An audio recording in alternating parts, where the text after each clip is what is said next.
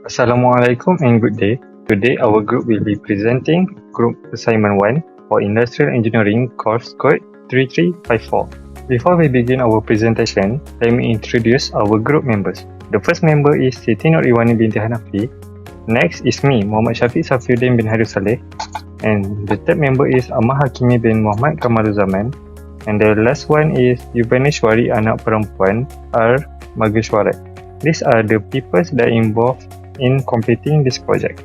In this assignment, we were tasked to observe and analyze a real work activity in order to measure productivity and calculate the time taken for different tasks using work measurement techniques. For this purpose, our group chose school block as the workplace to conduct our observation. We recorded the time for each activity, analyzed the workflow, and identified the factors that affect overall productivity.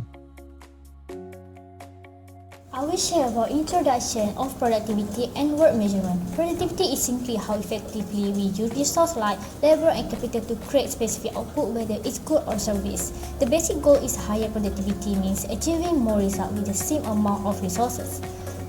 It also reflects how effectively work is carried out across the entire organization. When productivity improves, we know our work is smarter and better organized. Higher productivity helps us evaluate performance, identify areas for improvement, and support better data-driven management decisions. This is the goal in any workplace.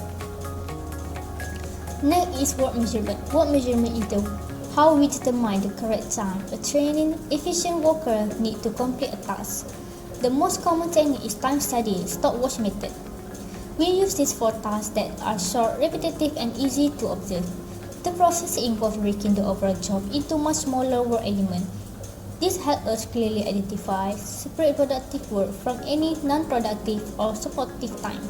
This breakdown ensures the highest possible accuracy in measuring each specific part of the job, giving us a true picture of operational efficiency.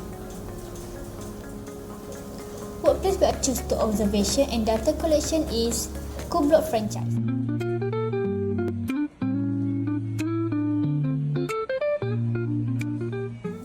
For this case study is a food and beverage F&B environment. This is fast-paced, physically demanding, and requires strong teamwork, especially during busy rush hour. Employees must stay friendly and customer-focused while communicating clearly with each other. The job often involves irregular hours, including evening and weekend, and require constant movement. Staff must provide quick, high-quality service while following strict food safety and hygiene standards. The worker is responsible for giving fast and friendly service, taking customer order, handling payment, preparing drink according to standard, and handling them to customer. The role requires multitasking, working quickly, and paying attention to detail to keep the outlet running smoothly.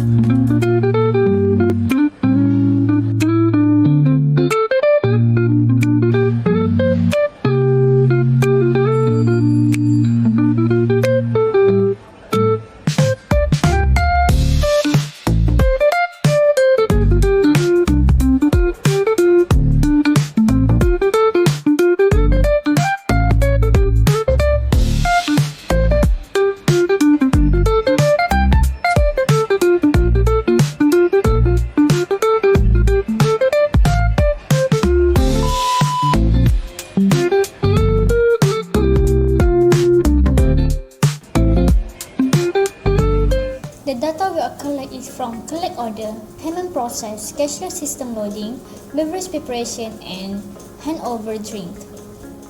From observation, we record the data of 5 customers. Here we can see we separate the task type. For collect order and payment process is supportive because it's a part of the worker's main role. Cashier system loading is non-productive because delay and does not produce direct output. Lastly, beverage preparation and handover drink is productive. It's directly create and deliver the drink to the customer. These are the observation data we collected. During the 50 to 20 minutes of observation, we recorded the activity of 5 customers. Based on the collected data, we were able to calculate the total time spent, average time, normal time, standard time, productivity, percentage of productivity, and also idle time. from our analysis, we also identified the bottleneck in the workflow which occurs during the drink preparation process. This slide shows the calculation of total time spent and average time for each activity. To get the total time, we add up all the recorded times from the 5 customers. For the average time, we divided the total time spent by the number of customers. In this slide, we show the calculation for normal time and standard time. The performance rating given is 111%, which means the true performance rating is 0.89. To calculate the normal time, we multiply the average time for each activity by the performance rating. Next, to calculate the standard time, we multiply the normal time by 1 plus allowance factor. For this case, the allowance factor is 10%, which is equivalent to 0.1. This slide shows the calculation of productivity and productivity percentage. To calculate the productivity, we find how many drinks can be made in 1 hour. We use 1 drink as the output and the total standard time to make 1 drink. After that, we converting the time into hours. From this, we found that around 34 drinks can be made per hour. For productivity percentage, we divide the normal time by the average time and multiply by 100. In this case, the percentage of productivity is 89%. Okay, next, the average time to prepare a beverage is 1.165 minutes. That's typically happen during the handover of drink. Other delay come from careless loading, collecting data, and the payment process. We also found that slow manual preparation, and inconsistent workflow, equipment limits, and not enough staff during busy time all cause extra idle time. Okay, next, we speed up beverage preparation by preparing ingredient, standardizing recipe, training staff, improve workflow and equipment, organizing workstation, and also adjusting staffing, and lastly, continuously monitoring and updating process. So at discussion, by improving beverage preparation by training staff, reduce prep time, and adding staff, organizing tasks, and fixing the bottleneck that can help to improve the bottleneck of the beverage preparation. There are some challenges faced during observation and measurement. Accurately predicting task duration was difficult, especially when baristas complete tasks quickly or simultaneously. The lack of a timer made recording exact times challenging, and limited visibility of key process like ingredient preparation. Environmental distraction such as background noise and customer interaction further reduce the clarity of the observation. Here is the steps that how work measurement improves workplace efficiency. First, we need to identify workflow bottlenecks and time-wasting steps. Then standardize preparation procedures and set performance goals. By improving workstation design, tool placement, and ingredient preparation, able to improve workplace efficiency.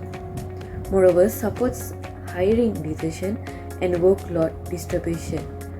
And finally, reduces idle time, shortens wait times, and ensure consistent productivity.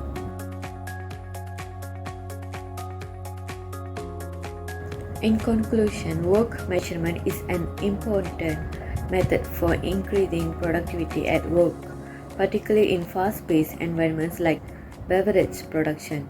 It is simpler to find bottlenecks, minimize down on pointless movement, and simplify work procedures when every task is precisely observed and analyzed. Better task coordination, quicker preparation times, and more consistent product quality result from this. The workflow can be optimized to minimize idle time and successfully satisfy customer needs with the right employees and effective workstation layout and qualified staff. In the end, work measurement gives the knowledge required to encourage continuous growth, and raise overall productivity.